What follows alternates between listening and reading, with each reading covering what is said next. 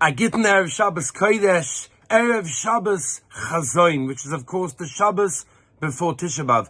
So there are three specific halachas, although there are many more, but I just want to give you three halachas that are different on this Erev Shabbos, different to the rest of the 9 days. Number one, the Inyan of eating meat that of course that we don't eat during the 9 days. On Erev Shabbos, if people are accepting Shabbos early, you're making early Shabbos, very, very common to do during the summer. The halacha is once you've accepted Shabbos, you can of course eat meat and drink wine, even though it's still daylight outside and it's still not really Shabbos halachically, but you've accepted Shabbos, there's no problem with that whatsoever.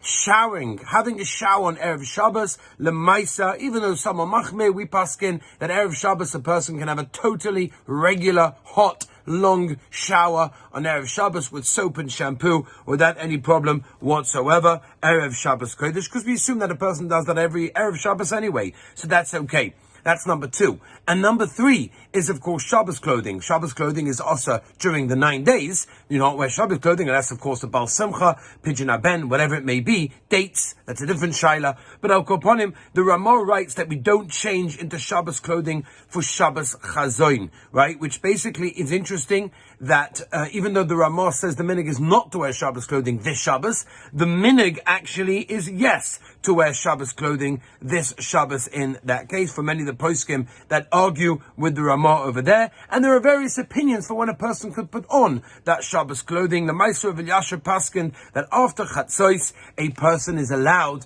to already put on Shabbos clothing after Chatzos over there. On Motzah Shabbos, a person does not have to run to take off his Shabbos clothing. Still got Shabbos abyssal. There's no reason to run and remove the Heilige Shabbos clothing until you're ready to go to bed. However, if you do get undressed for whatever reason on Motzah Shabbos, you can't put back on your Shabbos clothing. So that is the basic idea. Again, we don't do Avedis before Hesia, so there's no real halachas that it's nogeya in a public way for Avedis on Shabbos Chazon, even though it's the 9 days, and even, of course, we're mourning the Beis HaMikdash, but we try to remember at some point what the things that we do and maybe the thoughts that we have during Shabbos, to remember, after all, we don't have the Shechina in the way that we would have if there was a Beis HaMikdash, and that gives us tsar, it gives us pain. I want to wish everyone a beautiful, wonderful, uplifting Shabbos Kodesh, and we do hope that the coming week there won't be a Tisha B'Av. It will be a Yom Tov. It will be a Simcha Dekadei that Be'ez Hashem all of us will be dancing together. Have a beautiful and incredible Shabbos Kodesh.